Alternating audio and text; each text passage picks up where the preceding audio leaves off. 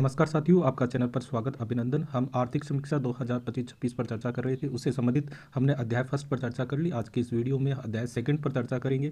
आप इसके hard copy भी साथ के साथ रखिए। जो साथी यूजीसी नेट की तैयारी कर रहे हैं या प्रशासनिक सेवा की तैयारी कर रहे हैं, उनके लिए बड़ा महत्वपूर्ण होने वाला है। सबसे पहले आप वीडियो देखिए, उसके बाद आप इसके हार्ड कॉपी के माध्यम से जो आर्थिक समीक्षा है उसको समझने का प्रयास कीजिए। बिल्कुल आपको निश्चित रूप से बड़े आसान तरीके से समझ में आएगा। जैसा कि आपको पता है कि अध्याय सेकंड जो हमारा राजकोषीय घटनाक्रम, उसके बारे में आज इसमें पढ़ेंगे। जो विश्वसनीय समेकन के माध्यम से स्थिरता को सुदृढ़ करना, यानी अध्याय सेकंड है वो कहीं ना कहीं फिजिकल जो डेवलपमेंट्स है उस पर बात करेंगे। ये सरकार के द्वारा क्या फिजिकल गतिविधियां की गई है उन पर हम बात करेंगे। तो ये बताता है कि ऐसे समय में जब दुनिया के कई देशों में सार्वजनिक ऋण है, जो पब्लिक डेबिट है वो बहुत अधिक है, और जो सरकार के पास जो खर्च करने की सीमित गुंजाइश है, भारत की केंद्र सरकार ने एक संतुलित और मजबूत राजकोषीय नीति अपनाई है। तो कहीं ना कहीं ये दुनिया के जो सार्वजनिक ऋण है और उनके जो खर्च करने की स्थिति है उसके बारे में बता रहा है। लेकिन हम देखें कि भारत की जो केंद्र सरकार है उसने संतुलित और मजबूत राजकोषीय नीति को अपनाया। इस नीति के साथ दो काम किए गए हैं। एक तो घाटा है, जो डेफिसिट है वो कम किया गया है, और साथ ही साथ दूसरा हम देखें जो सार्वजनिक निवेश है, जो पब्लिक इन्वेस्टमेंट है, उसको बनाए रखा है। तो दो महत्वपूर्ण इस अध्याय सेकंड में दो महत्वपूर्ण बात भारत को लेकर है, केंद्र सरकार को लेकर है। कहीं ना कहीं डिफिसिट को कम किया गया है और सार्वजनिक निवेश को बनाए रखा है। एक महत्वपूर्ण बात यहाँ निकल कर आ रही है। उसके बाद आप देखिएगा कि जो संतुलित राजकोषीय रणनीति है, वो स्ट्रेटेजी है, जो फिस्कल है, वो क्या दर्शाती है। सरकार ने एक ऐसी नीति अपनाई जिसमें घाटे को धीरे धीरे कम किया जा रहा है। जो आप डेफिसिट, आगे इसके संबंधित मैंने बजट का वीडियो भी डाल दिया, वहाँ भी आप इसको देख सकते हो कि क्या कौन कौन से घाटे को कम किया गया है। साथ ही साथ आप देखो कि जो रेवेन्यू है, राजस्व है, उसको बढ़ाया जा रहा है और खर्च को पूंजी निर्माण यानी कैपिटल फॉर्मेशन की ओर मोड़ा जा रहा है।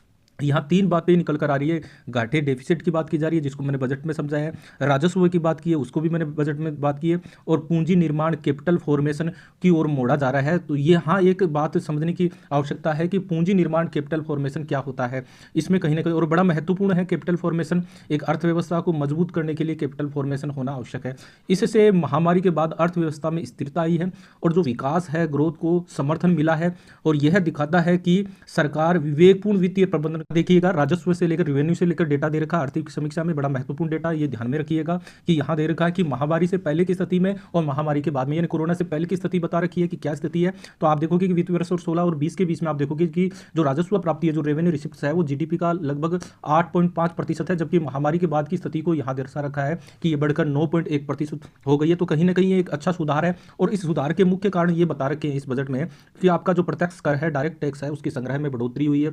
साथ ही साथ कर सुधार किया गया है और तकनीक आधारित अनुपालन किया गया है और अर्थव्यवस्था का औपचारिकरण किया गया है और कॉर्पोरेट लाभ में वृद्धि हुई है। ये सभी बिंदु मिलकर आप देखोगे, ये सारे के सारे बिंदु है, ये मिलकर आपके राजस्व में वृद्धि को यहाँ दर्शाया गया। ये डेटा दे रखा है। यहाँ अप्रत्यक्ष कर को लेकर स्थिति देखें तो जीएसटी, जिसको गुड्स एंड सर्विस टैक्स कहा जाता है, जो संग्रह है कई बार रिकॉर्ड स्तर पर पहुंचा। इसका डेटा भी आर्थिक समीक्षा में दे रखा है। उसको देखेंगे कि किस प्रकार डेटा क्या बोल रहा है। यहाँ जीएसटी दरों में भी सुधार किया गया। आप तो देख रहे हो कि जीएसटी में अभी सुधार किया गया। उसमें इससे क्या हुआ, कीमतों में प्रतिस्पर्धा बढ़ी, साथ ही साथ मांग को समर्थन मिला। यानी जीएसटी में सुधार हुआ, उसकी रेट्स में सुधार हुआ, तो जो मांग है, डिमांड है, उसमें वृद्धि देखने को मिली है। साथ ही साथ यहाँ आर्थिक गतिविधियों के संकेतक इससे पता चलता है कि अर्थव्यवस्था मजबूत हो रही है। और ये ई वे बिल, पीएमआई, ऑटोमोबाइल बिक्री, यूपीआई लेनदेन, ट्रैक्टर बिक्री, ये सभी डेटा ये बता रहे हैं कि हमारी जो इकोनॉमी है वो वास्तव में मजबूत हुई है। यहाँ आर्थिक समीक्षा में व्यय को लेकर, एक्सपेंडिचर को लेकर भी बात की गई है और उसमें कहा गया है कि इसकी गुणवत्ता में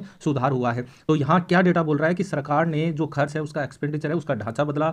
हम देखेंगे कि राजस्व व्यय, जो रेवेन्यू एक्सपेंडिचर है, साथियों मैंने बजट का वीडियो डाला है, उसमें बिल्कुल बड़ी साफ तरीके से बताया कि रेवेन्यू एक्सपेंडिचर क्या होता है, किस किन मदों पर खर्च किया जाता है, इसका प्रभाव क्या पड़ता है। साथियों वो आवश्यक रूप से देखिएगा। यहाँ देखिएगा जो रेवेन्यू एक्सपेंडिचर है वो वित्त वर्ष 22 में देखोगे कि जीडीपी का 13.6% है और ये वित्त वर्ष 25 में ये घटकर 10.9% है। और ये अच्छी स्थिति है। रेवेन्यू एक्सपेंडिचर अगर सरकार को लेकर कम हो रहा है तो ये अच्छी स्थिति है। और वो पूंजीगत व्यय, आपका कैपिटल एक्सपेंडिचर, जो महामारी से पहले आप देखोगे जीडीपी का 1.7% है, जो महामारी के बाद जो बढ़कर लगभग 3% है। तो ये अच्छी स्थिति है। कैपिटल एक्सपेंडिचर अगर हम सरकार का अधिक होगा, वो एक इकोनॉमी को लेकर अच्छी स्थिति है, ठीक है। और साथ ही साथ आप देखोगे यहाँ प्रभावी पूंजीगत व्यय जो वित्त वर्ष 25 में है वो लगभग 4% है। ये डेटा मैं पुनः कह रहा हूँ कि जो बजट वाला वीडियो आवश्यक रूप से देखिएगा, वहाँ बिल्कुल आसान तरीके से समझ में आएगा। तो यहाँ हम देखोगे राजस्व व्यय में कमी हो रही है, जबकि कैपिटल एक्सपेंडिचर में वृद्धि की जा रही है। तो ये एक अच्छी स्थिति है। मतलब सरकार ने रोजमर्रा के खर्च, रोजमर्रा वाले खर्च को किस में आ जाएंगे, रेवेन्यू एक्सपेंडिचर में आ जाएंगे। और निवेश बढ़ा रहे हैं। निवेश वाला कौन सा हो जाएगा? आपका कैपिटल एक्सपेंडिचर हो जाएगा। तो ये एक अच्छी स्थिति है। ये कैसे संभव हुआ? तो इसकी हम देखेंगे कि जो सब्सिडी है उसका युक्तिकरण किया गया, उसको देखा गया। साथ ही साथ आप देखोगे डीबीटी की बात करें, डायरेक्ट बेनिफिट ट्रांसफर की बात करें, उसके लीकेज को कम किया गया। और just in time fund release जैसे वित्तीय सुधार प्रणाली की गई है। Just in time fund release ये क्या है, इनकी हम चर्चा करेंगे। इसकी आपकी आर्थिक समीक्षा में ये दे रखा है। फिर आप देखोगे कि राज्यों के लिए प्रोत्साहन की स्थिति आप यहाँ दे रखी है। केंद्र सरकार ने वित्त वर्ष 25 में एक योजना चलाई जिसे आप कहोगे क्या है कि SSSCI, ये इसकी फुल फॉर्म दे रखी है, special assistant to state for capital investment. इसमें क्या है, राज्यों का पूंजीगत व्यय जीडीपी का लगभग 2.4% बना रहा है। लेकिन ये चिंता है, राज्यों में बिना शर्त नगद योजनाएं कैश ट्रांसफर बढ़ रही है। इससे स्थायी खर्च बढ़ सकता है। शिक्षा, स्वास्थ्य और इंफ्रास्ट्रक्चर जैसे निवेश कम हो सकते हैं। क्यों? क्योंकि बिना शर्त जो नगद योजनाएं हैं वो बढ़ रही है। देखेंगे कि भारत की खास उपलब्धि क्या है कि महामारी के बाद कई देशों का कर्ज है वो कम नहीं हुआ है, लेकिन भारत ने सार्वजनिक निवेश भी बढ़ाया है। और आप देखोगे कि ऋण से जीडीपी का अनुपात है वो 2020 से अब तक लगभग 7.1% अंक कम किया है। तो ये अच्छी स्थिति है भारत को लेकर। और भविष्य का ये लक्ष्य रखा गया है, ये आपको ध्यान में रखना है। और जो कि एक नीतिगत आधार का काम करेगा, ये आपका 50 ±1%। ये आप उधार के लिए कुछ कदम बताए हैं समीक्षा में जो महत्वपूर्ण से आप देखोगे कि क्रॉस सब्सिडी को कम करना, सरकारी कंपनियों की परिभाषा बदलना, इक्विटी मोनेटाइजेशन आसान बनाना, ई वे बिलिंग में ट्रस्ट एंड नज के सिद्धांत को लागू करना और सार्वजनिक खर्च को और अधिक दक्ष बनाना। और हम यहाँ देखें कि सार रूप में देखें तो ये बताता है कि सरकार ने घाटा भी कम किया है, निवेश भी बढ़ाया है, कर संग्रह मजबूत किया गया है और खर्च को उत्पादक क्षेत्रों में लगाया है। इसी कारण आर्थिक स्थिरता बनी है, विकास को गति मिली है और भविष्य के लिए मजबूत वित्तीय आधार बना है। अब यहाँ परिचय के रूप में आप देखिएगा, आप अपने साथ हार्ड कॉपी रखिएगा, उसमें देखिएगा परिचय क्या कर रहा है। ये परिचय बताता है कि वर्ष 2025 में भारत की जो अर्थव्यवस्था है की बड़ी उपलब्धि यह है कि वैश्विक रेटिंग एजेंसियों ने उसे वित्तीय स्थिति जो फिजिकल स्ट्रेंथ को मजबूत माना है और भारत की संपूर्ण क्रेडिट रेटिंग को उन्नत किया है। कुछ रेटिंग दी गई है कुछ कंपनियों के द्वारा, वो भारत को लेकर अच्छी स्थिति है। जो क्रेडिट रेटिंग यूनियन है क्यों महत्वपूर्ण है? वर्ष 2025 में 3 प्रमुख वैश्विक रेटिंग एजेंसियों ने भारत में रेटिंग में सुधार बताया है। आप देखोगे ये DBRS कंपनी और S&P ग्लोबल रेटिंग कंपनी और R&I rating and investment information company, ये 3 कंपनियों ने भारत को लेकर रेटिंग दी है। उसमें देखिएगा ये आपकी मॉर्निंग स्टार जो DBRS है वो कनाडा देश की है, इसका मुख्यालय जो टोरंटो है, ये है सरकारी और बैंकों की क्रेडिट रेटिंग देती है। एक जानकारी के मात्र आपको बता रहा हूँ कि ये कंपनियाँ कौन कौन सी है। इसी प्रकार S&P global rating, standard and poor's ये है जो अमेरिका की है, ये दुनिया की सबसे बड़ी रेटिंग एजेंसियों में से एक है। एक आपका R&I है जो जापान देश की, ये एशिया की प्रमुख क्रेडिट रेटिंग एजेंसी मानी जाती है। ये इनका काम क्या होता है? ये एजेंसी ये बताती है कि कोई देश कर्ज लौटाने में कितना सक्षम है, कोई लोन लिया गया है क्या, वो देश कितना वापस देने में की स्थिति में, उसकी आर्थिक स्थिति कितनी मजबूत है, उसमें निवेश करना कितना सुरक्षित है। अगर रेटिंग अच्छी है तो विदेशी निवेश बढ़ेगा, देश को सस्ता कर्ज मिलेगा, अर्थव्यवस्था पर भरोसा बढ़ता है। और यहाँ भारत को लेकर ये रेटिंग है वो अच्छी बताई है इन्होंने। इसका अर्थ है कि दुनिया को भारत की आर्थिक स्थिति पर अधिक भरोसा हुआ है, निवेशकों का विश्वास बढ़ा है और भारत को भविष्य में सस्ते दर पर ऋण मिलने की संभावना मजबूत हुई है। रेटिंग सुधार के मुख्य कारण आप देखोगे रेटिंग एजेंसियों ने भारत की राजकोषीय नीति की सराहना की है। जो फिजिकल पॉलिसी है उसकी अच्छी बताइए, क्योंकि राजकोषीय घाटा है वो लगातार कम किया जा रहा है। राजस्व संग्रह है ना, जो रेवेन्यू कलेक्शन है वो बेहतर हुआ है। सरकारी खर्च को उपभोग से हटाकर पूंजीगत निवेश जो आपका कैपिटल इन्वेस्टमेंट है उसकी तरफ मोड़ा है। ये इन सभी कारणों के कारण जो भारत की जो रेटिंग है वो अच्छी बताई गई है। साथ ही उन्होंने इन बातों को भी सकारात्मक माना है कि राजकोषीय जो पारदर्शिता है, ट्रांसपेरेंसी है में सुधार हुआ है। मध्यम अवधि की राजकोषीय समेकन योजना अच्छी रही है। ऋण प्रबंधन में मजबूती है, इससे भारत की अर्थव्यवस्था और वित्तीय ढांचे पर विश्वास बढ़ा है। तो ये रेटिंग से संबंधित जो यूजीसी नेट की तैयारी कर रहे हैं या जो प्रशासनिक सेवा की तैयारी कर रहे हैं, ये बिंदु आप थोड़ा सा ध्यान में रखिएगा। अब हम देखेंगे अध्याय में आगे क्या बताया गया है, क्या हम पढ़ेंगे। हाल ही के वर्षों में अपनाई गई राजकोषीय नीति क्या अपनाई गई उस पर चर्चा करेंगे। केंद्र सरकार की वित्तीय क्षमता कैसी मजबूत हुई उस पर बात करेंगे। राज्यों में बेहतर वित्तीय अनुशासन कैसे प्रोत्साहन मिलेगा। केंद्र राज्यों के वित्तीय प्रदर्शन का आंकलन होगा। सामान्य सरकार की स्थिति आप देखोगे, सरकारी ऋण का विश्लेषण करेंगे और भविष्य के राजकोषीय परिदृश्य का भी मूल्यांकन हम करेंगे। केंद्र सरकार का वित्त को लेकर हेडिंग दे रखी है, आप अपनी हार्ड कॉपी में देखिएगा कि इसमें क्या है कि वृहद आर्थिक स्थिरता और विश्वास आधार के रूप में राजकोषीय नीति। ये बताएगा कि पिछले कुछ वर्षों में केंद्र सरकार की संतुलित भरोसेमंद राजकोषीय नीति ने देश की अर्थव्यवस्था को स्थिर रखने और विकास को बनाए रखने में महत्वपूर्ण भूमिका निभाई है। ठीक है, राजकोषीय नीति की बात कर रहा है और इसमें जो पूर्वानुमान और संतुलित राजकोषीय मार्ग, सरकार ने ऐसी वित्तीय नीति अपनाई है जो स्पष्ट लक्ष्य, क्लियर जो फिजिकल टारगेट पर आधारित है, लेकिन जरूरत के अनुसार लचीलीपन भी रखती है, विकास, ग्रोथ और वित्तीय स्थिरता, फिजिकल स्टेबिलिटी दोनों के बीच संतुलन बनाए रखती है। इस प्रकार का एक राजकोषीय मार्ग है। इसका मतलब है कठिन समय जैसे महामारी में भी सरकार की नीति विकास को रोकने के बजाय उसे सहारा देती है। इसमें एक गाइड पथ क्या है उसकी भी आपकी इस आर्थिक समीक्षा में चर्चा की गई है। गाइड पथ, तो गाइड पथ एक तय समय में धीरे धीरे लक्ष्य तक पहुंचने की योजना है। वित्त वर्ष 2022 के बजट में हर साल के कठोर लक्ष्य हटाए गए हैं और एक मध्यम अवधि की योजना बनाई गई है। किसमें गाइड पथ में लक्ष्य है वित्त वर्ष 2026 तक राजकोषीय घाटा है वो जीडीपी के 4.5% से नीचे लाना। और ऐसा इसलिए किया गया है ताकि पूंजीगत में आपका कैपिटल एक्सपेंडिचर, जो इसको कैपेक्स बोला जाता है, यानी सड़कों, रेल, इंफ्रास्ट्रक्चर जैसे विकास कार्य कम ना हो। तो ये एक महत्वपूर्ण स्थिति है, इसको गाइड पथ को भी आप ध्यान में रखना है। घाटे में वास्तविक कमी हम देखें तो सरकार के प्रयासों से वित्त वर्ष 2021 में जो राजकोषीय घाटा 9.2% जीडीपी का था, वित्त वर्ष 2025 में घटकर 4.8% और 26 के लिए 4.4% का लक्ष्य है। बहुत ही अच्छी स्थिति है राजकोषीय घाटा। और राजकोषीय घाटा होता क्या है, इसका प्रभाव क्या पड़ता है, ये कहता क्या है, पुनः बता रहा हूँ, बजट में ये सब कुछ मैंने समझाया है। इसका अर्थ है सरकार धीरे धीरे अपने खर्च को और उधारी को नियंत्रित कर रही है। जो उनके लोन है जो उनकी लाइबिलिटी है उसको धीरे धीरे वो क्या कर रही है, नियंत्रित कर रही है। हम देखें राजकोषीय घाटा में सुधार की बात करें तो राजकोषीय घाटा जब सरकार का रोजमर्रा का खर्च उसकी आय से ज़्यादा हो, यानी जो रेवेन्यू जो इनकम है वो रेवेन्यू एक्सपेंडिचर से कम है, यानी एक्सपेंडिचर अधिक है, यानी सरकार का जो रोजमर्रा का खर्चा है वो अधिक है, तो ये लगातार कम हुआ है। वित्त वर्ष 9 के बाद सबसे निचले स्तर पर ये पहुंच गया है। इससे क्या फायदा हुआ है, जब ये कम होगा इसका मतलब जो सरकार रोजमर्रा के खर्चे की पूर्ति है वो अपने राजस्व आय से कर लेगी। इसका मतलब पूंजीगत व्यय है, जो कैपेक्स के लिए ज़्यादा पैसा उपलब्ध होगा और खर्च की गुणवत्ता है, वो जो क्वालिटी ऑफ एक्सपेंडिचर है वो बेहतर होगा। प्राथमिक घाटे की बात कर रखा है, इसमें आप देखोगे कि इसका महत्व क्या है। प्राइमरी डेफिसिट होता क्या है, जो राजकोषीय घाटा है उसमें जो ब्याज भुगतान है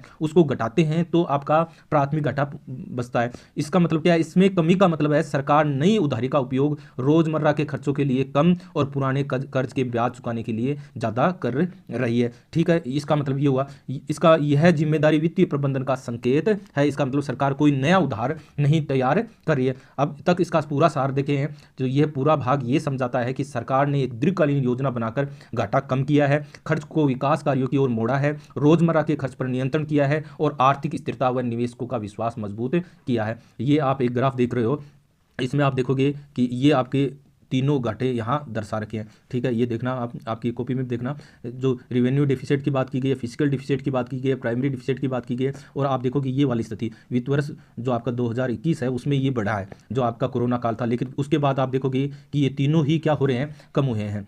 ठीक है, आपका ये फिजिकल डेफिसिट तो लगभग ये 9% के आसपास था, यहाँ आप देखिएगा। ठीक है, और यहाँ दूसरा आप ग्राफ देखोगे तो इसमें 3 दे रखा है। एक आपका रेवेन्यू डेफिसिट दे रखा है जो ग्रीन वाला है, जो रेवेन्यू डेफिसिट आप देखोगे कि यहाँ वित्त वर्ष 20 से लेकर यहाँ तक आप देख रहे हो कि ये ग्रीन वाला कम हुआ है, एक अच्छी स्थिति को दर्शा रहा है। आप फिर आप कैपिटल एक्सपेंडिचर देखो ये वाला, और ये बढ़ रहा है, पूंजीगत व्यय बढ़ रहा है। इसका मतलब कहीं ना कहीं देश जो इंफ्रास्ट्रक्चर है, पूंजी निर्माण पर ज़्यादा खर्च कर रहा है, अच्छी स्थिति होगी। और आप ये आप दूसरा आप नॉन डेबिट आपका कैपिटल है जो गैर ऋण जो प्राप्तियां हैं उसको दर्शा रहा है, ये वाला। तो इस प्रकार इसको भी आप देखिएगा। फिर इसमें दे रखा है सतत राजस्व उछाल। अब बाउंसी की बात की गई है, बाउंसी होती क्या है और राजकोषीय समेकन का ये आधार है। ये भाग बताता है कि सरकार की आय रेवेन्यू में लगातार बढ़ोतरी ने देश की वित्तीय स्थिति को मजबूत किया है, को बनाया है और घाटा कम करने के लक्ष्य को पूरा करने में मदद की है। किसने, राजस्व की मजबूती क्यों महत्वपूर्ण है।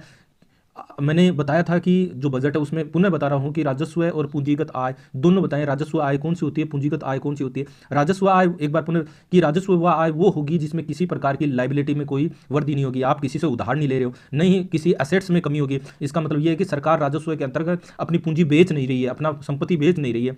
ठीक है, जैसे प्रत्यक्ष कर है, प्रत्यक्ष कर, वो सब इस राजस्व आय में आएगा। तो आज वैश्विक स्तर पर आर्थिक स्थिरता अस्थिरता बनी हुई है, ग्लोबल अनसर्टेनिटी बढ़ रही हुई है। ऐसे समय में अगर सरकार की आय मजबूत होती है तो वह अपने खर्चों को पूरा कर सकती है और साथ साथ घाटा भी कम कर सकती है। यही भारत में को देखने को मिला है। यहाँ देखेंगे सरकार की कुल प्राप्तियां गवर्नमेंट रिसिप्ट्स में क्या क्या शामिल है, तो आप देखोगे शुद्ध कर राजस्व, नेट टैक्स रेवेन्यू जिसमें आपका आयकर, कॉर्पोरेट टैक्स, जीएसटी ये आते हैं। गैर कर राजस्व भी आता है जिसमें डिविडेंड्स होते हैं, फीस होते हैं, ब्याज होता है, लाइसेंस होता है। साथ ही साथ गैर ऋण पूंजीगत प्राप्तियां होती है जिसमें विनिवेश होता है, डिसइन्वेस्टमेंट होता है, यानी निवेश का मतलब सरकार अपने अंश को जो निजी सेक्टर है, प्राइवेट सेक्टर है, उसमें बेच रहा है, संपत्ति या बिक्री आदि है। ठीक है, राजस्व में कितना सुधार हुआ है उसको लेकर डेटा दे रखा है कि महामारी से पहले हम देखें तो वित्त वर्ष 16 से 20 के बीच की स्थिति देखें तो राजस्व प्राप्ति है वो जीडीपी का 8.5% था। महामारी के बाद की स्थिति अब तक की देखें तो ये जीडीपी का 9.1% है। इसका मतलब राजस्व में वृद्धि देखने को मिली है। इसका मतलब है सरकार की आय अर्थव्यवस्था के आकार के मुकाबले बढ़ी है। इस वृद्धि का मुख्य कारण है, सबसे बड़ा कारण आप देखो कि सकल कर राजस्व है में वृद्धि। पहले जीडीपी का लगभग 10.8% था, बाद में जीडीपी का लगभग 11.5%। ये डेटा यहाँ दे रखा है। ये क्यों बढ़ा? अर्थव्यवस्था की तेज विकास दर, कर सुधार और बेहतर कर प्रशासन और तकनीक आधारित निगरानी के कारण ये जो राजस्व में बढ़ोतरी है वो देखने को मिली है। फिर यहां हम देखेंगे प्रत्यक्ष कर आधार का विस्तार, किस प्रकार जो डायरेक्ट टैक्स है उसका आधार में वृद्धि हुई है। ये भारत में प्रत्यक्ष कर जो डायरेक्ट टैक्स है के बढ़ते महत्व है, उनके संग्रह में वृद्धि और करदाताओं की संख्या बढ़ने की प्रक्रिया को समझाता है। हम इसे और आसान तरीके से देखेंगे। और प्रत्यक्ष कर मैंने बताया राजस्व के अंतर्गत आएगा, रेवेन्यू रिसिप्ट्स के अंतर्गत आता है। और इस प्रत्यक्ष कर के कारण सरकार पर कोई लाइबिलिटी नहीं बढ़ती है। ऐसा नहीं है कि सरकार ने जो टैक्स प्राप्त कर दिया वो वापस लौटाना पड़ेगा, नहीं, ये असेट्स में कमी होती है। हम प्रत्यक्ष करों को का बढ़ता हिस्सा देखेंगे तो कुल करों में प्रत्यक्ष करों का हिस्सा लगातार बढ़ रहा है। महामारी से पहले ये हम देखें 51.9% है, आपका महामारी के बाद की देखें तो 55.5% है। वित्त वर्ष 2025 में आपका एस्टिमेट के रूप में देखें तो जो 58.8% है। इसका मतलब सरकार की कर आय में अब प्रत्यक्ष करों का योगदान पहले से ज़्यादा हो गया। अब हम देखें गैर कॉर्पोरेट जो करों का मजबूत प्रदर्शन हम देखें तो गैर कॉर्पोरेट कर है, उसमें शामिल है व्यक्तिगत आय कर है, शेष है, अधिभार है, प्रतिभूतियों का लेन देन का कर है, ये सब शामिल होते हैं। और महामारी से पहले जीडीपी का लगभग 2.4% की बात की है, फिर महामारी के बाद लगभग 3.7% की बात की है। वित्त वर्ष 22 में लगभग ये 3% और वित्त वर्ष 25 में यह हम देखें लगभग 3.6% है। तो ये बढ़ा हुआ माना। इसका मतलब लोगों की आय बढ़ने और करदाताओं की संख्या बढ़ने से जो व्यक्तिगत कर का संग्रह है उसमें तेजी से बढ़ोतरी हुई है। अब हम यहाँ देखें जो कर उछाल है, टैक्स बाउंसी क्या है? तो टैक्स बाउंसी है कर राजस्व की वृद्धि में जीडीपी की वृद्धि से डिवाइड करें, यानी ऊपर हम लिखेंगे कर राजस्व की वृद्धि है ना, और नीचे होगा जीडीपी की वृद्धि। अगर जो ये मान है वो 1 से अधिक हो, इसका मतलब कर राजस्व जीडीपी से तेज बढ़ रहा है, यानी जीडीपी में जो परसेंट हो रहा है उससे ज़्यादा जो कर टैक्स जो है वो ज़्यादा बढ़ रहा है। और गैर कॉर्पोरेट करों में औसतन ये उछाल है 1.8% है वित्त वर्ष 23 से लेकर 25 तक। इसका मतलब जो हमारी जीडीपी बढ़ रही है उससे तेज गति से हमारा टैक्सेस बढ़ रहा है, मतलब आर्थिक वृद्धि के साथ कर संग्रह उससे भी तेज गति से बढ़ रहा है। कर आधार टैक्स बेस का विस्तार का मतलब है कि कर आधार का मतलब कितने लोग कर दे रहे हैं। यहाँ जो लोगों की आय है वो यहाँ कर के रूप में है। तो वित्त वर्ष 22 में देखें तो 6.9 करोड़ आयकर रिटर्न दाखिल हुए हैं, जबकि वित्त वर्ष 25 में देखें तो 9.2 करोड़ आयकर रिटर्न दाखिल हुए हैं। इसका मतलब कर का जो आधार है उसमें बढ़ोतरी हुई है। ये वृद्धि दर्शाती है कि बेहतर कर का अनुपालन, तकनीक का उपयोग और आय में वृद्धि और ज़्यादा लोग कर दायरे में आए हैं। फिर यहाँ एक और बात की गई है, न आधारित एक्सेप्टेंस की बात की गई है। क्या होता है ये आधुनिक तरीका है जिसमें सरकार लोगों को नियमों का पालन करने के लिए प्रेरित करेगी। जैसे वो एसएमएस अब हमारे पास आ रहा है, ईमेल के माध्यम से रिमाइंडर दिया जा रहा है, ऑनलाइन सिस्टम है या आसान फाइलिंग जो प्रक्रिया है उसके कारण ये एक आधुनिक तरीके के रूप में किया जा रहा है। इसमें क्या होगा कि कर चोरी कम होती है और कर जमा करने की आदत बढ़ती है, क्योंकि बार बार हमें एसएमएस और ईमेल के माध्यम से रिमाइंडर दिया जा रहा है। फिर हम देखें यहाँ प्रत्यक्ष कर और अप्रत्यक्ष कर के रूप में समीक्षा में क्या कह रखा है कि प्रमुख प्रत्यक्ष कर आपका कॉर्पोरेट कर है, गैर कॉर्पोरेट कर है, और अप्रत्यक्ष कर के रूप में देखें तो जीएसटी है, सीमा शुल्क है, उत्पाद शुल्क है, सेवा कर है। अब जो प्रत्यक्ष करों का हिस्सा बढ़ रहा है जो एक स्वस्थ कर प्रणाली को संकेत देता है। हम यहाँ देखें तो बजट 2025-26 में मध्यम वर्ग को राहत मिली है। ये बात कर रखी है कि केंद्र बजट 2025-26 में 12 लाख तक की आय पर कोई आयकर नहीं है। वेतनभोगी लोगों के लिए है 12.75 लाख आय तक पर आय पर कोई कर नहीं है। साथ ही कर स्लेब में बदलाव, कर दरों, टैक्स रेट्स में भी संशोधन किया गया है। ठीक है, अब इनका उद्देश्य क्या है कि जो मध्यम वर्ग की आय है वो बढ़ाना और खर्च और मांग को बढ़ाना। इसमें समीक्षा में ये बड़े महत्वपूर्ण है जो लाल कलर में मैंने दिखाई है। नया आयकर अधिनियम 2025 ये लागू हुआ 21 अगस्त 2025 को, और लागू होने का प्रस्ताव कर वर्ष के रूप में देखें तो 2026-27 से होगा। इसकी मुख्य विशेषता कर प्रणाली को सरलीकरण करना, स्पष्ट संरचना और नीति की निरंतरता। लक्ष्य है कर नियमों को आसान बनाना, अनुपालन बढ़ाना, निवेश और विकास को प्रोत्साहन देना। ये इनका हिस्सा दे रखा है करोड़ों में, अब लाख करोड़ में। आप ये थोड़ी सी टेबल देख लेना। फिर देखिएगा वस्तु एवं सेवा कर को लेकर निरंतर सुधारों के बीच राजस्व की स्थिरता, ये हेडिंग दे रखी है। आप देखिए अपनी कॉपी में, यहाँ चलिए वस्तु एवं सेवा कर पर, यहाँ जीएसटी 2.0 सुधार, करों दरों में कमी के माध्यम से उपभोग, उत्पादन और विकास। यहाँ आप ये ग्राफ देखिएगा, पहला ग्राफ है ये वाला, इसमें देखिएगा कि आप जो जीएसटी है उसमें बढ़ोतरी देखने को मिली, यहाँ देखिएगा। ठीक है, और ये वर्ष पर वर्ष यहाँ भी वृद्धि को दिखाया गया। और यहाँ आप देखोगे कि जो आय है और जीएसटी के बीच में जो कोरिलेशन है वो 0.92 एक मजबूत कोरिलेशन को दर्शा रहा है ना। सहसंबंध गुणांक हम स्टैटिस्टिक्स में पढ़ते हैं तो 0.92% यहाँ दे रखा है। तो ये दोनों ग्राफ है, आप थोड़ा सा इसको समझिएगा। फिर यहाँ देखिएगा आप कि जीएसटी 2.0 क्या है, क्या कर दरों में कमी के माध्यम से उपभोग उत्पादन और विकास को बढ़ाया है, क्या क्या स्थिति है, ये हम यहाँ देखेंगे। सरकार ने जीएसटी के माध्यम से कि जो दर है उनको बड़े बदलाव करके आम लोगों की लागत कम करने और उद्योगों को सस्ता इनपुट देने और अर्थव्यवस्था में मांग बढ़ाने की कोशिश की है। इसे जीएसटी 2.0 कहा जाता है। जीएसटी 2.0 का मुख्य उद्देश्य क्या कह रखा है, रोजमर्रा की जो वस्तुओं को सस्ता बनाना, घरेलू उद्योग और विनिर्माण को बढ़ावा देना और लोगों की क्रय शक्ति को बढ़ाना, छोटे व्यवसायों को औपचारिक अर्थव्यवस्था में लाना और निवेश और रोजगार को बढ़ाने के लिए। और कर संरचना में कुछ बदलाव किए गए हैं। जीएसटी परिषद की 56वीं जो बैठक है उसमें 18% जो मानक दर के रूप में, पास जो 5% है वो मेरिट रूप के रूप में, और जो 40% है वो विशेष दर के रूप में, जो लग्जरी या हानिकारक वस्तुओं के रूप में। तो लागू होने की तिथि ये दे रखी है 22 सितंबर 2025। ये डेटा थोड़ा सा ध्यान में रखना, एग्जाम में पूछा जा सकता है। प्रमुख क्षेत्रों में क्या क्या बदलाव किए गए हैं। कृषि क्षेत्र में आप देखोगे कि जो ट्रैक्टर कृषि मशीनरी है वो जीएसटी 12% से घटाकर 5% है। क्या क्या इसमें बदलाव होगा। ऑटो सेक्टर में बदलाव किया है, आप इसका स्क्रीनशॉट ले लेना, फिर इसको देख लेना आप, ठीक है। आपका कपड़ा और श्रम प्रधान उद्योग में भी ये कम किया गया है। रोजमर्रा की वस्तुओं में भी ये परिवर्तन किया गया है। स्वास्थ्य क्षेत्र की आप देखोगे जीवन रक्षक दवाएं 0% जीएसटी है, अन्य दवाओं पर 12% से 5% तक, ठीक है। तो ये सब बदलाव जो जीएसटी 2.0 में किया गया है। जीएसटी में सुधार से अर्थव्यवस्था पर क्या असर होगा। लोगों के लिए जो महंगाई वो कम होगी, जरूरी चीजें सस्ती मिलेगी। उद्योगों के लिए उत्पादन लागत कम होगी, मांग बढ़ेगी। सरकार के लिए क्या होगा, टैक्स बेस बढ़ेगा, अधिक लोग सिस्टम में आएंगे। उल्टी कर संरचना आईडीएस ये क्या है। जब कच्चे माल पर टैक्स ज्यादा होता है और तैयार माल पर टैक्स कम तो उद्योग को नुकसान होता है। जीएसटी 2.0 में इनपुट टैक्स कम किया गया है। ITC input tax credit refund तेज किया गया है। प्रभाव क्या होगा, उद्योगों पर पूंजी का दबाव कम होगा और विकास से जुड़ा जो बड़ा लक्ष्य है। जीएसटी 2.0 का मकसद है कि भारत में को मैन्युफैक्चरिंग हब बनाना, जिससे निवेश बढ़ना, विकसित भारत 2047 के लक्ष्य को मजबूत करना। और हाल ही के जो आर्थिक संकेत है इन सब में आप ये इनकी मैंने पहले भी चर्चा की है, इनमें बढ़ोतरी बता रहा है, यानी आर्थिक गतिविधियां तेज हुई है। अब है ई वे बिल प्रणाली में सुधार, यानी अब जो लॉजिस्टिक है या विश्वास आधारित अनुपालन की ओर कदम। ई वे बिल क्या है, विश्वास आधारित अनुपालन क्या है, ये बड़ा महत्वपूर्ण है, परीक्षा में पूछा जा सकता है। बिल्कुल ध्यान में रखिएगा, आप वीडियो के अंत तक बने रहिए। बहुत सी तमाम अच्छी जानकारी उसके बाद आप जब आर्थिक समीक्षा को पढ़ोगे तो बड़ी आसानी से समझ में आएगा। बता रहा है कि 2017 में जीएसटी लागू करने के बाद माल ढुलाई ट्रांसपोर्ट की व्यवस्था में बड़ा बदलाव आया।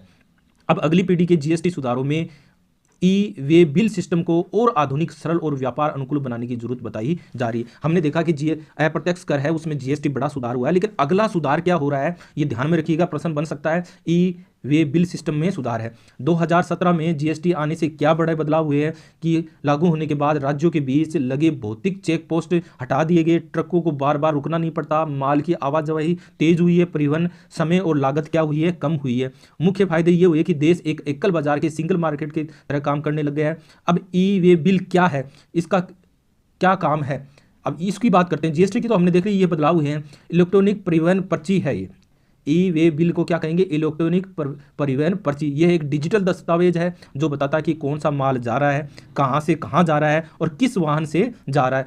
इससे फायदा क्या होगा, सरकार माल की ऑनलाइन निगरानी कर सकती है, बिना चेक पोस्ट लगाए टैक्स चोरी पर नियंत्रण रख सकती है। समस्या कहां आ रही थी ये देखिएगा, कहां समस्या आ रही थी कि समय के साथ व्यापार और लॉजिस्टिक्स की जरूरतें बदल गई है, लेकिन कुछ जगहों पर अब भी मोबाइल से ई वे बिल चेकिंग होती है। इससे कभी कभी ट्रक है वो रुक जाते हैं, देरी होती है और व्यापारियों को अनुपालन में परेशानी होती है। मतलब डिजिटल सिस्टम होने के बाद भी जमीन स्तर पर, जो धरातल स्तर पर रुकावट हो जाती है। अब हमें आगे क्या सुधार के लिए क्या सुझाव हैं, तो अब सरकार ई वे बिल को सिर्फ जांच का साधन नहीं है बल्कि स्मार्ट लॉजिस्टिक टूल बनाना चाहती है। मुख्य विचार है कि कम रुकावट हो, ज़्यादा डिजिटल निगरानी और तेज माल ढुलाई हो, यातायात में किसी प्रकार की कोई दिक्कत है न हो। विश्वास आधारित प्रणाली, ट्रस्ट बेस्ड सिस्टम है पर एक नया विचार दिया गया है। विश्वसनीय व्यापारी जो ढांचा है, जिनमें क्या देखोगे जिन व्यापारियों का रिकॉर्ड अच्छा है, जो नियमित टैक्स देते हैं, उनकी कम जांच होगी, ट्रक कम रोके जाएंगे, माल तेजी से पहुंचेगा। नई तकनीक का उपयोग, इन तकनीकों को जोड़ने का सुझाव है। ई सेल, इलेक्ट्रॉनिक सील की बात की गई है। जो कंटेनर है उसको डिजिटल लॉक किया जाएगा, रास्ते में छेड़छाड़ का पता चल जाएगा और माल की सुरक्षा बनी रहेगी इलेक्ट्रॉनिक लॉकिंग सिस्टम के अंतर्गत। और व्हीकल ट्रैकिंग टेक्नोलॉजी यानी जीपीएस से वाहन ट्रैक होंगे, बिना रोके निगरानी होगी। अब आगे हम देखेंगे कि आपका नज मॉडल है, यानी ये क्या है, व्यवहारिक प्रोत्साहन सिद्धांत। इसका मतलब है सख्ती से नहीं बल्कि लोगों को सही काम करने के लिए प्रेरित करना। जैसे अच्छा रिकॉर्ड तो कम जांच, खराब रिकॉर्ड तो ज़्यादा निगरानी। राज्यों की भूमिका, राज्य सरकार जो रिस्क बेस्ड चेकिंग, जोखिम आधारित जांच करेगी, सिस्टम जनरेटेड अलर्ट, सिस्टम से आने वाले अलर्ट पर काम करेगी, मनमानी जांच कम करेगी। ये होगा। इससे क्या बड़ा फायदा होगा व्यापारियों के लिए, ट्रांसपोर्ट तेज होगा, लागत कम होगी, समय बचेगा, सरकार के लिए टैक्स चोरी पर नजर बनी रहेगी और बिना रुकावट निगरानी। आप दूसरी हेडिंग में चलना, गैर ऋण पूंजीगत प्राप्तियां, विनिवेश, परिसंपत्ति, मुद्रीकरण के माध्यम से सरकारी आय। ये देखिएगा ये क्या कह रहा है, आप अपनी देखिएगा हार्ड कॉपी जो आर्थिक समीक्षा है उसमें इस हेडिंग पर जाइए। ये भाग बताता कि सरकार बिना कर्ज लिए किस तरह अपनी परिसंपत्ति और कंपनियों में हिस्सेदारी बेचकर आय जुटाती है। इसे गैर ऋण पूंजीगत प्राप्तियां कहा जाता है। यानी अपने जो परिसंपत्ति है या कंपनी है उसकी जो हिस्सेदारी है, जो शेयर है, उसको बेचकर जो आय प्राप्त करती है, जिससे किसी प्रकार की लाइबिलिटी में वृद्धि नहीं होती है। अगर उधार लेती है, लोन लेती है तो सरकार की लाइबिलिटी में वृद्धि होती है, उसे वापस लौटाना पड़ता है, यहाँ नहीं होता है, तो वो गैर ऋण पूंजीगत प्राप्तियां कहलाएगी। ये क्या होती है, आप देखोगे ऐसी आय जो सरकार को बिना उधार लिए मिलती है, जैसे सरकारी कंपनियों के शेयर बेचना, संपत्तियों का मुद्रीकरण है ना, मोनेटाइजेशन करना और विनिवेश करना, डिसइन्वेस्टमेंट करना, यानी जो सरकारी संपत्ति है उसको निजी क्षेत्र में बेचना। तो 2025-26 में सरकार ने इनसे कैसे पैसा जुटाया है, आप देखोगे OFS के माध्यम से, ऑफर फॉर शेयर बेचने की प्रक्रिया के माध्यम से। यहाँ देखो कि सरकार की 3 कंपनियों से हिस्सेदारी बेची है, जिससे यहाँ देखो ये कंपनियां हैं 3 जिनके नाम है, जिनसे आप देखोगे 7,717 करोड़ रुपये जुटाए हैं। यहाँ दूसरी कंपनी है, ये तीसरी कंपनी है। यहाँ कहने का तात्पर्य है, ये यहाँ बताना चाह रहा है कि सरकारी संपत्ति को बेचकर किस प्रकार से यहाँ मुद्रीकरण के माध्यम से 18,837 करोड़ की प्राप्ति हुई है। ठीक है, तो ये जो संपत्ति यहाँ हम देखेंगे कि सरकार आगे क्या कर सकती है। सरकार भविष्य में अपनी हिस्सेदारी धीरे धीरे कम कर सकती है, लेकिन नियंत्रण बनाए रख सकती है। महत्वपूर्ण तथ्य अभी भी ये है कि CPSE में सरकार की हिस्सेदारी 60% से कम है, इसलिए और OFS करना सीमित हो जाता है। 51% और 26% की हिस्सेदारी का मुद्दा है यहाँ। वर्तमान नियम किसी कंपनी को सरकारी कंपनी कहलाने के लिए सरकार के पास कम से कम 51% शेयर होना जरूरी है, लेकिन असल में केवल 26% हिस्सेदारी से भी नियंत्रण रखा जा सकता है, क्योंकि विशेष प्रस्ताव रोकने की शक्ति मिलती है। सुझाव है, सरकार सोच सकती है कि सूचीबद्ध कंपनियों में 26% हिस्सेदारी होने पर भी वह सरकारी कंपनी माना जाएगा। फायदा क्या होगा, सरकार ज्यादा शेयर बेचकर पैसा जुटा सकती है, फिर भी नियंत्रण बना रहेगा।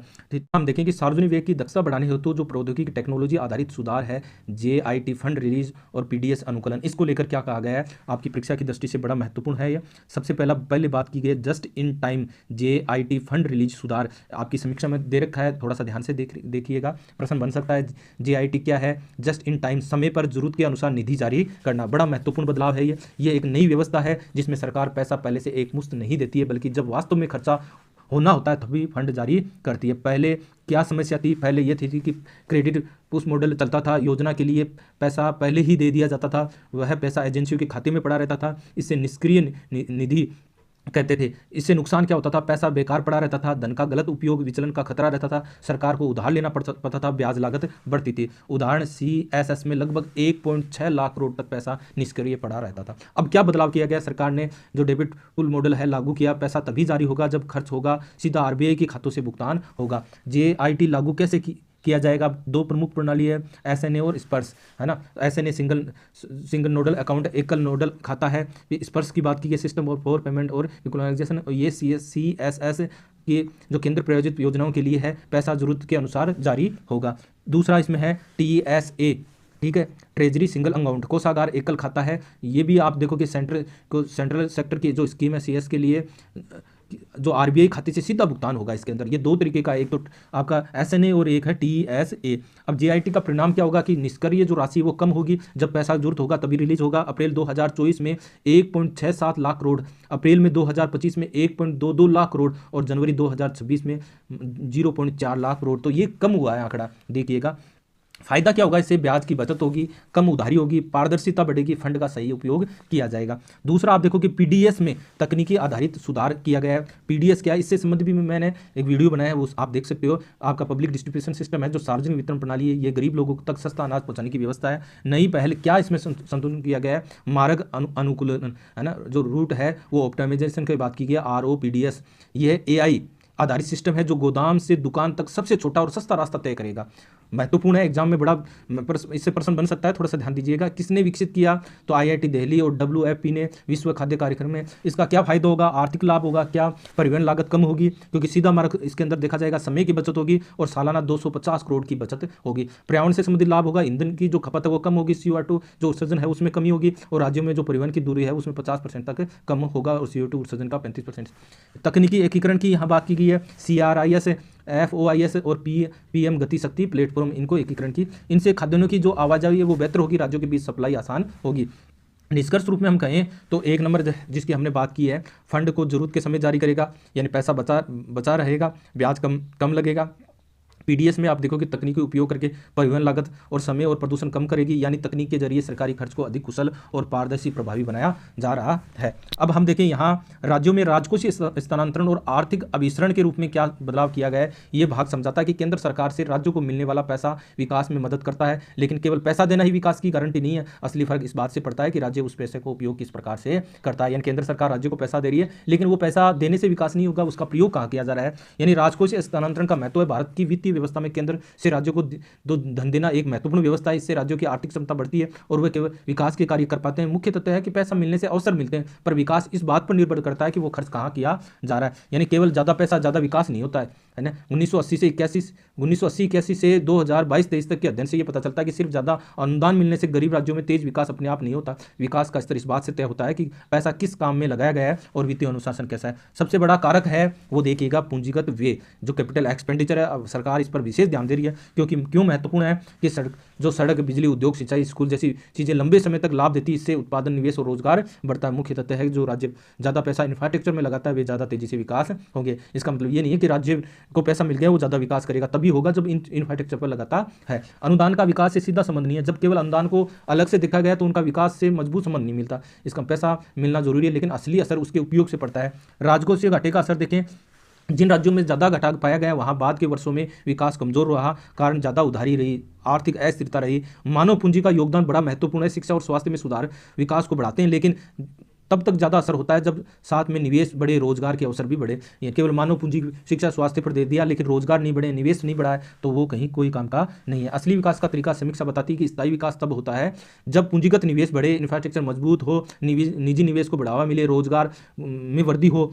सिर्फ नगद सहायता या अनुदान से तुरंत राहत मिलती है, लेकिन लंबे समय की आय की वृद्धि नहीं होती है। तो निष्कर्ष रूप में हम कहें कि राज्यों के विकास के लिए केवल केंद्र से पैसा मिलना काफी नहीं है। सबसे महत्वपूर्ण कारक है पूंजीगत व्यय, सही खर्च की संरचना और वित्तीय अनुशासन। इसी से आय बढ़ती है, रोजगार बनता है और राज्यों के बीच आर्थिक अंतर है वो धीरे धीरे कम होता है। फिर बात कर रखी है बिना शर्त नगद अंतरण, राजकोषीय समझौता और मध्यम अवधि के प्रभाव। यहाँ क्या कह रखा है, महिलाओं के लिए जो आप नगद अंतरण है, यहाँ आप देखोगे जो कैश ट्रांसफर है योजनाओं पर वित्त वर्ष 2026 में लगभग 1.7 लाख करोड़ खर्च किया का अनुमान है और इन योजनाओं को लागू करने वाले राज्यों की संख्या वित्त वर्ष 23 से 26 में 5 गुना वृद्धि हुई है। नगद अंतरण का आकार आप यहाँ देखोगे कि जो GSDP है, जो राज्य की सकल घरेलू उत्पाद का 0.19% से 1.25%, कुल बजट का आप देखोगे 0.68% से लेकर 8.26% है ना। तो कुछ राज्यों में ये नगद सहायता महिलाओं मजदूरों के आय का 11 से लेकर 24% का हिस्सा है, स्वरोजगार आय का 11 से 87% का हिस्सा है, ग्रामीण परिवारों के लिए उपभोग का खर्चा 40 से 50% का हिस्सा है। राज्यों का संयुक्त राजकोषीय घाटा हम देखें, वित्त वर्ष 22 में 2.6% GDP का, वित्त वर्ष 2025 में 3.2% GDP का, यानी यहाँ वृद्धि देखने को मिली है। प्रतिबद्ध खर्च, वेतन, पेंशन, ब्याज, सब्सिडी राज्य की आय का लगभग 62% लेता है। बिना शर्त नगद अंतरण क्या है, सरकार लोगों को सीधे पैसा देती है बिना किसी शर्त के, जैसे काम करना, स्कूल भेजना या स्वास्थ्य जांच करना जरूरी नहीं होता है, सीधे दे देती। उद्देश्य गरीब परिवारों को तुरंत आय सहायता देना, खासकर महिलाओं की जरूरत पूरी करना। इसके फायदे हैं, तुरंत आर्थिक राहत मिलती है, स्वास्थ्य और घरेलू जरूरतें पूरी करने में मदद मिलती है और महिलाओं की आर्थिक स्वतंत्रता बढ़ती है और ग्रामीण उपभोग बढ़ता है।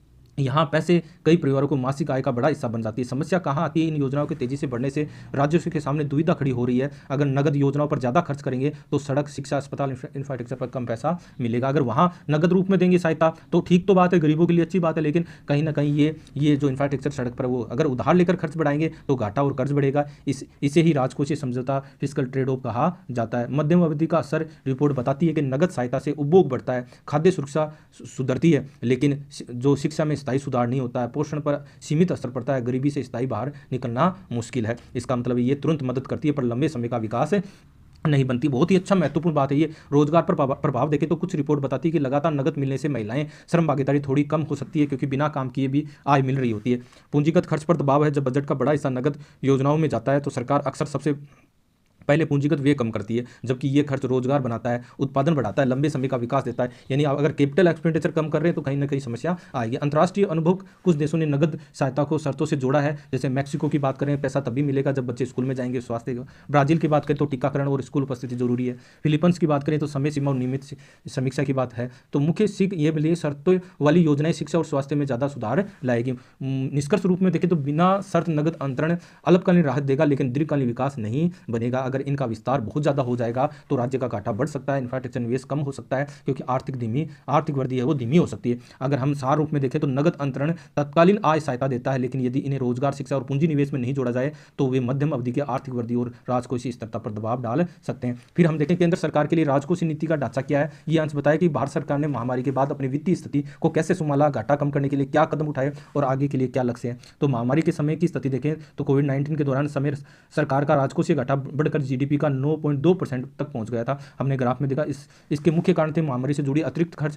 पहले जो खर्च बजट के बाहर होते थे उन्हें बजट में शामिल करना, ये भी एक बिंदु है। बजट से बाहर थे कुछ, उनको शामिल। सरकार ने उसी समय वादा किया कि 5 वर्षों में घाटे का लगभग आधा कर दिया जाएगा। वर्तमान स्थिति और उपलब्धि देखें तो सरकार ने वित्त वर्ष 26 के लिए घाटा 4.4% रखने का लक्ष्य रखा है। ये लक्ष्य लगभग पूरा किया जा रहा है, यानी महामारी के बाद किया गया वादा निभाया गया। साथ ही पूंजीगत व्यय जो कैपिटल एक्सपेंडिचर है उसको बढ़ाकर सड़क, रेलवे, इंफ्रास्ट्रक्चर जैसे विकास कार्यों पर जोर दिया गया। इस सावधानीपूर्ण वित्तीय प्रबंधन से भारत की राजकोषीय विश्वसनीयता बढ़ी है, और आपने देखा कि क्रेडिट जो रेटिंग एजेंसियों ने भारत की जो रेटिंग है वो बेहतर बताई है। नया दीर्घकालीन लक्ष्य हम देखें, सरकार ने 2025 के बजट में नया रास्ता तय किया है कि 2021 तक तो जो जीडीपी में ऋण का अनुपात है वो लगभग 50% तक लाना। यह इसलिए महत्वपूर्ण है क्योंकि सरकार के कुल कर्ज की स्थिति को सही तरीके से दिखाता है। इससे पुराने और नए दोनों को फैसला का असर शामिल होता है।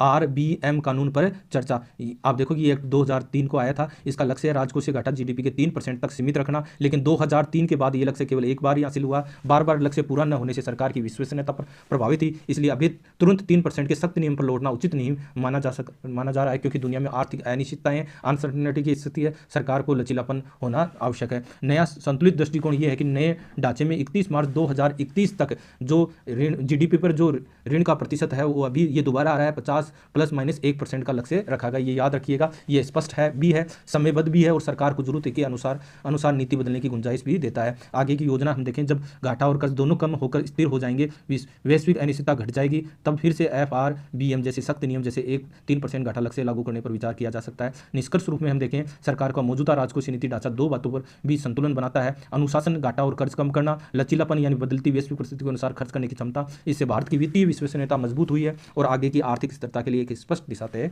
हुई है। अलग अलग देशों की स्थिति देखें तो अलग अलग देश उस समय की सरकारी निवेश, सरकारी आय की तुलना करके ये समझने की कोशिश करता है कि जब किसी देश की प्रति व्यक्ति आय भारत के वर्तमान स्तर के आसपास होती है तब सरकार की वित्तीय भूमिका कितनी बड़ी होती है। सरकारी निवेश का हिस्सा देखें तो सकल राष्ट्रीय उत्पाद GNP में सरकार द्वारा किए गए निवेश का हिस्सा इस प्रकार है कि फ्रांस में 3.4% है, जापान में 5% है, और अमेरिका का 3% है, और इटली का 2.4% है। इन देशों में सरकारी बुनियादी ढांचा, उद्योग और विकास कार्यों में सीधे निवेश करती है और उनका योगदान कुल अर्थव्यवस्था का लगभग 2 से 5% होता है।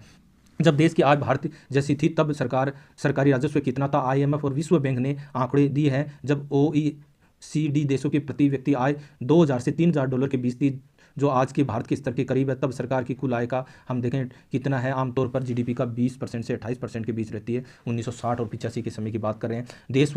देश के आधार पर भी आंकड़े दे रखे हैं। समीक्षा में फ्रांस की बात कर रहे हैं तो राजस्व लगभग 20 से 21% जीडीपी के, और प्रति व्यक्ति आय है वो $2100 से लेकर $2800 के आसपास। जापान की स्थिति दे रखी है, अमेरिका की दे रखी है, इटली की, पुर्तगाल की। इसका मुख्य संदेश क्या है, जब ये देश विकास के उस स्तर पर थे जहाँ आज भारत है, तब उनकी सरकारें अर्थव्यवस्था में बड़ी भूमिका निभा रही थी। सरकार का ये डेटा जो प्रशासनिक की तैयारी कर रहे हैं, ये अमेरिका, इटली, पुर्तगाल, इनकी स्थिति ये याद रखिएगा। सरकार का राजस्व जीडीपी के मुकाबले काफी अधिक 20 से 30% था, जिससे विकास कार्यों में निवेश, सामाजिक सेवाएं, इंफ्रास्ट्रक्चर निर्माण संभव हो सका। भारत के संदर्भ में और देखें, ये तुलना ये दिखाने के लिए दी जा रही है कि विकास की शुरुआती मध्य चरण में सरकार की आय और निवेश दोनों का स्तर महत्वपूर्ण होता है। इससे आर्थिक विकास की गति तेज करने में मदद मिलती है। तो इस प्रकार ये हमने अध्याय 2 से संबंधित कुछ बातें की है। आप इस वीडियो को सुनिए।